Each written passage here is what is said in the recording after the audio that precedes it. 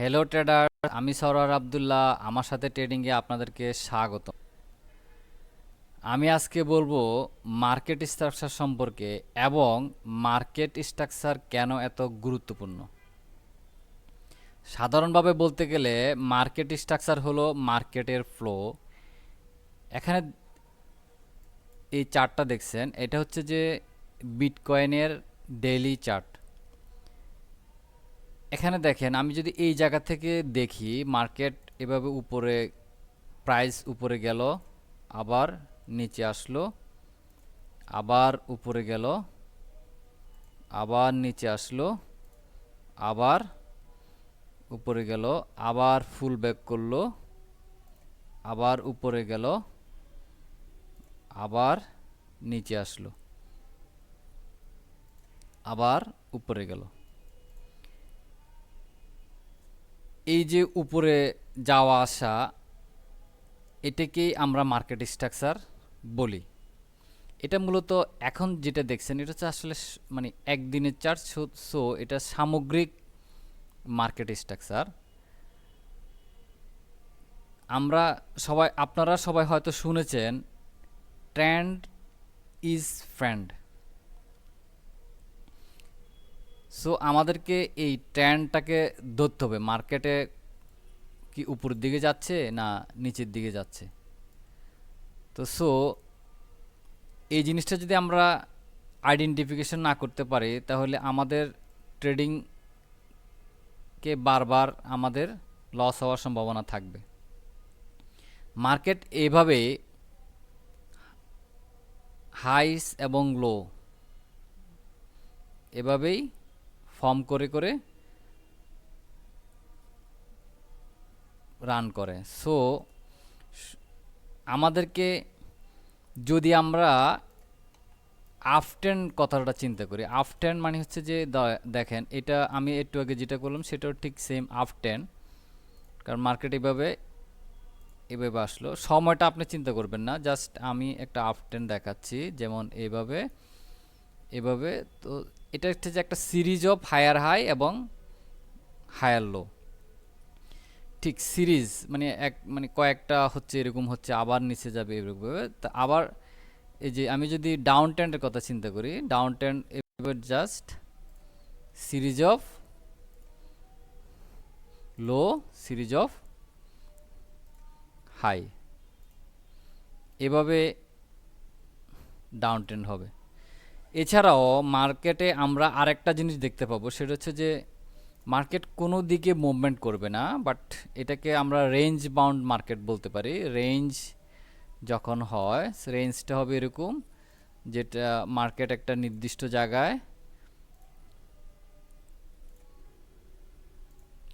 জায়গায় চলাচল, আপ এবং ডাউন, আপ এবং ডাউন করবে। এটাকে আমরা রেঞ্জ বাউন্ড মার্কেট বলি।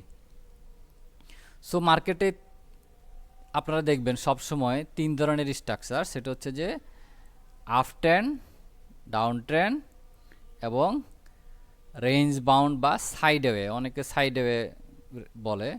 আসলে এই তিন ধরনের মার্কেট স্ট্রাকচার ছাড়া মার্কেটে আর কোনো ধরনের স্ট্রাকচার নেই। তবে মার্কেট স্ট্রাকচার দেখার কিছু ভিন্ন উপায় আছে। যেমন আমরা হয়তোবা একটা জিনিস বলতে পারি যে হ্যাঁ, এইটাকে আমি প্রাথমিক স্ট্রাকচার ধরলাম, তারপর হচ্ছে যে আরও কিছু ইন্টারনাল স্ট্রাকচার আমি কাজ করব। যেমন এই জায়গাটা যে আমি করলাম, এই জায়গাটাতে অ্যাকচুয়ালি আসলে যদি আমি ধরেন এটা একদিনের ধরি, এখানে 4 ঘন্টায় কিন্তু এটা ঠিক এভাবে হবে না। 4 ঘন্টা হয়তো বা সে ইন্টারনালি আবার কিছু এভাবে হবে। আবার আমি যদি ধরেন এটা 1 ঘন্টা বা 15 মিনিটে নিয়ে যাই, তাহলে এখান থেকে আমি যদি ধরি, তাহলে এভাবে এভাবে হবে। সো বিভিন্ন অ্যাঙ্গেলে আমাদেরকে দেখতে হবে এই ইন্টারনাল স্ট্রাকচার। আপনি internal structure 1, internal structure 2, internal structure 3, এভাবে অনেকগুলো করা যায়। বাট আপনি সাধারণত 2টা, 3টা, 4টা করলেই এনাফ মার্কেটকে ভালোভাবে আইডেন্টিফিকেশন করার জন্য।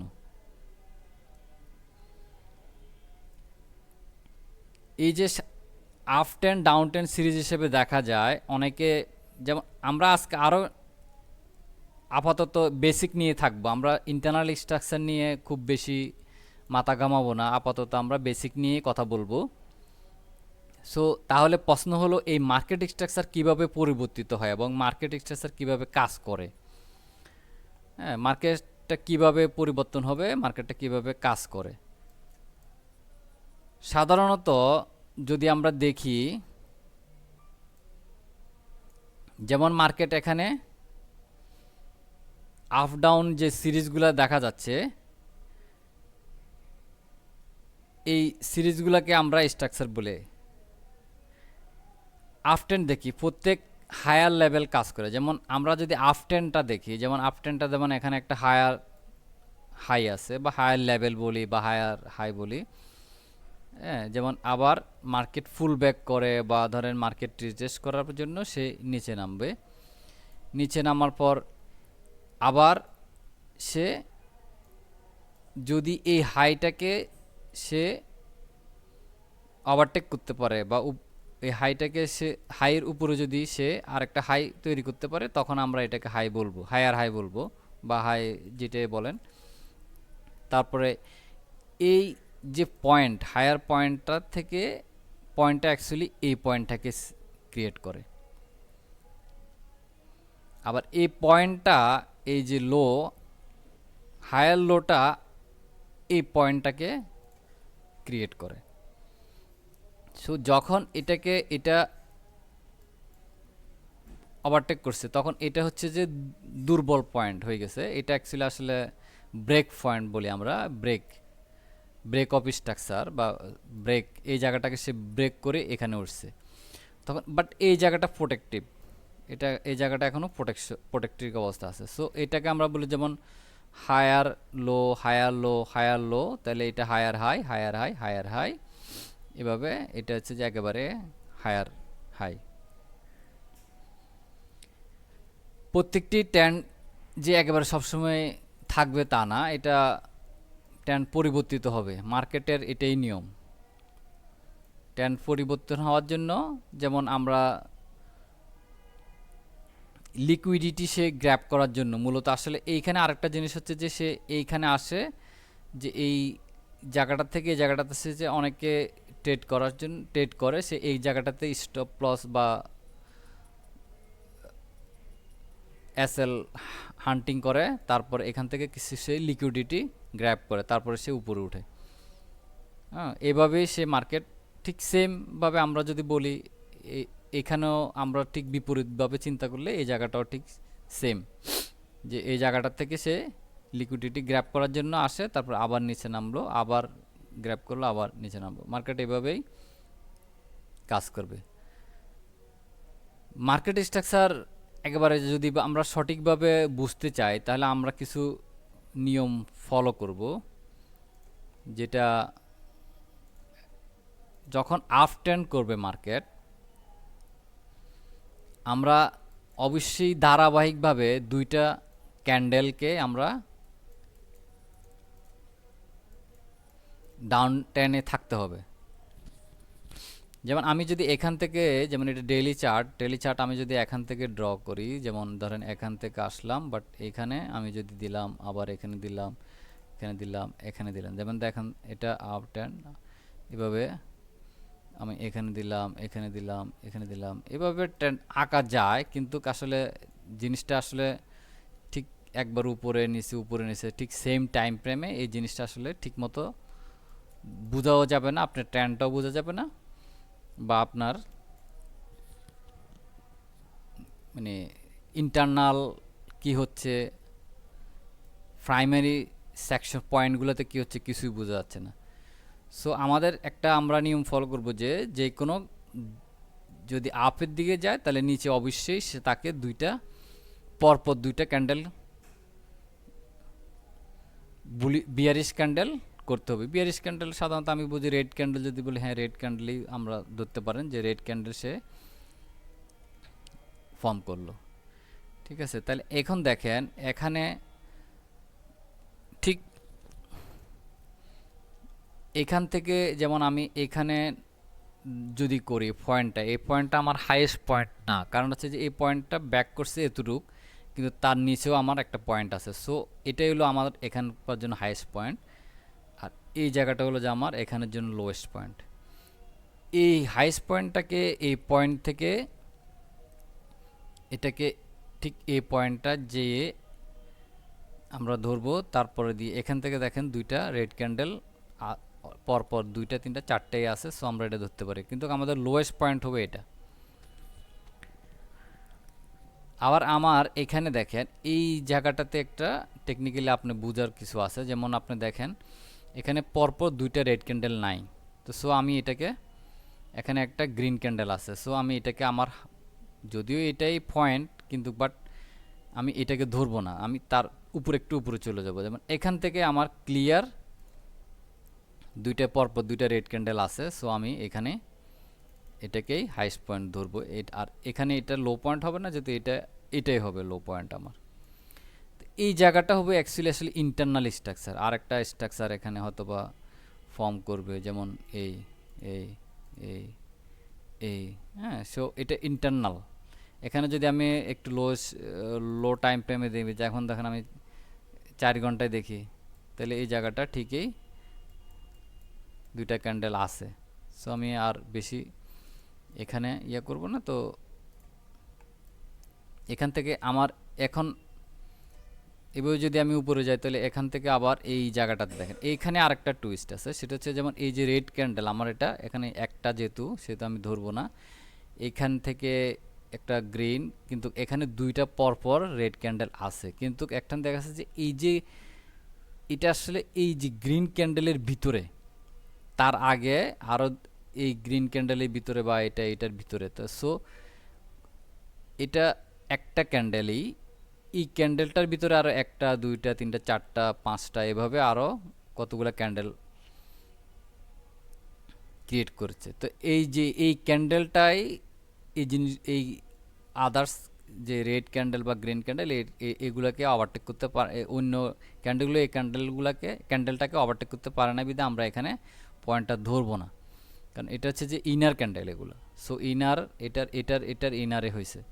সো আমাদের পয়েন্ট চলে যাবে এখানে, আবার এখান থেকে আমরা এখানে আমাদের যেহেতু পরপর এখানে দুইটা আছে এটা ধরলাম। এইখানে আবার হচ্ছে যে এই রেড ক্যান্ডেলের এই যে রেড ক্যান্ডেলটার ভিতরে আমাদের আরও দুইটা ক্যান্ডেল যদিও হয়েছে, আমরা এখানেও এই পয়েন্টটাকে ধরবো না। কারণ হচ্ছে যে আমি দেখাচ্ছি, যেমন আপনারা দেখবেন যে এই ক্যান্ডেলটা ভিতরে এই ক্যান্ডেলগুলো হয়েছে। তো সো এই ক্যান্ডেলটার হাইয়েস্ট এবং লো এখানে ঠিক সেম। এটাও আমি যেটা আগে বলেছি এটাও ঠিক সেম, এই ক্যান্ডেলটার ভিতরে হচ্ছে যে এই ক্যান্ডেলগুলা। হ্যাঁ, তো সো আমরা এটাকে সুইং পয়েন্ট, আমাদের ক্লিয়ার সুইং পয়েন্ট থাকতে হবে। সো আমরা এই পয়েন্টটাকে আমরা ধরবো না। সো আমাদের এই প্রাথমিক যে এটা আমি একদিনের একটা চার্টকে দেখলাম যে প্রাথমিক কি স্ট্রাকচার যদি আমি হিসেবে ধরি এটা, তারপর দিয়ে আমি আবার লোয়েস্ট পয়েন্টগুলা বা আমার এখানেও ঠিক দেখা যাচ্ছে যে ইন্টারনালি আরও কিছু স্ট্রাকচার কাজ করবে। এই প্রাথমিক স্ট্রাকচারটা আমার খুবই গুরুত্বপূর্ণ।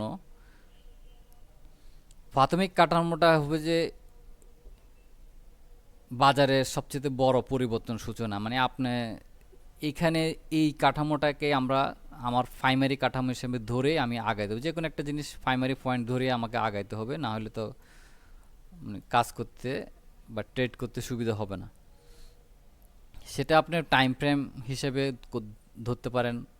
টাইম ফ্রেম 4 ঘন্টা, 8 ঘন্টা, একদিন, 30 মিনিট, 15 মিনিট, আপনি যেটাকেই যেভাবেই মানেন সেটাকে সেভাবে হিসেবে কাজ করতে হবে। খুব সহজ কথা বলতে গেলে মার্কেট স্ট্রাকচার আমাদেরকে সাহায্য করবে যে আপনি কোথায় ফ্লো দেখছেন এবং কোন দিকে ট্রেড করতে পারবেন। এটা সোজা এবং পরিষ্কার নিয়ম। যদি আপনি জানেন কোন দিকে ট্রেন্ড হচ্ছে, আপনি বিপরীত দিকে ট্রেড করার চেষ্টা করবেন না, কারণ বিপরীত দিকে ট্রেড করা মানেই হলো আপনি সহজেই বড় ধরনের ক্ষতির সম্মুখীন হবেন। মার্কেটে স্ট্রাকচার ব্যবহার করলে আপনি নিশ্চিতভাবে বুঝতে পারবেন কোন সময় ট্রেন্ড ঊর্ধ্বগতি বা নিম্নগতি অথবা সাইডওয়ে হচ্ছে কিনা, যদি আপনি মার্কেট স্ট্রাকচার বুঝে কাজ করেন তাহলে আপনার ট্রেড সফলতার সম্ভাবনা অনেক বেড়ে যাবে। সো আমি বলবো যে আপনারা, আমি যেটা দেখাচ্ছি এটা একেবারেই প্রাথমিক, বাট বোঝার জন্য, বিশেষ করে মার্কেট স্ট্রাকচারটা আপনাকে বোঝার জন্য, বিশেষ করে আমি যে দুইটা ক্যান আফ টার্নের বেলা যেটা বললাম যে দুইটা ডাউন ক্যান্ডেল থাকতে হবে, ডাউন ক্যান্ডেল মানে যে বিয়ারিশ ক্যান্ডেল থাকতে হবে, ঠিক সেমভাবে আপনি যদি আমরা দেখি সেটা ডাউন ক্যান্ডেল, ডাউন ট্যান্ডও সিক্স সেম, যে আমার উপরের দিকে দুইটা বুলিশ ক্যান্ডেল থাকতে হবে। কিন্তু তারপরেও দেখেন এখানে সবসময় পয়েন্টটা যে দুইটা গেলেই হবে, দুইটা হবে তা না, তারপরে ভিতরে ইন্টারনাল পয়েন্ট থাকবে, বাট তার আগের পয়েন্টটাকে সে ব্রেকআউট করতে হবে। ব্রেকআউট না করলে তো আর এটা এখানে আমি যে কোনো পয়েন্টে, যেমন এই পয়েন্টটা এতটুকু গেল, এই পয়েন্টটাকে সে ব্রেকআউট করলো এখানে এসে। তো সো এটা ইন্টারনাল, আমার ইন্টারনাল পয়েন্ট যদি আমি ধরি, ধরুন এটা হচ্ছে আমার ইন্টারনাল, আমি ইন্টারনালে দিলাম, এটা আমি এই ডে ক্যান্ডেল ডে ভিতরে আমি ইন্টারনাল পেয়ে গেলাম, কিন্তু এটা আমার প্রাইমারি স্ট্রাকচার না, আমার প্রাইমারি স্ট্রাকচার হবে এটা। এভাবে প্রাইমারি স্ট্রাকচার, ইন্টারনালে আরও স্ট্রাকচার থাকবে, আরও দুই চার, ইন্টারনাল স্ট্রাকচার 1, ইন্টারনাল স্ট্রাকচার 2, 3, এভাবে আপনাদেরকে কাজ করতে হবে। সো আমি সবাইকে বলবো যে আপনারা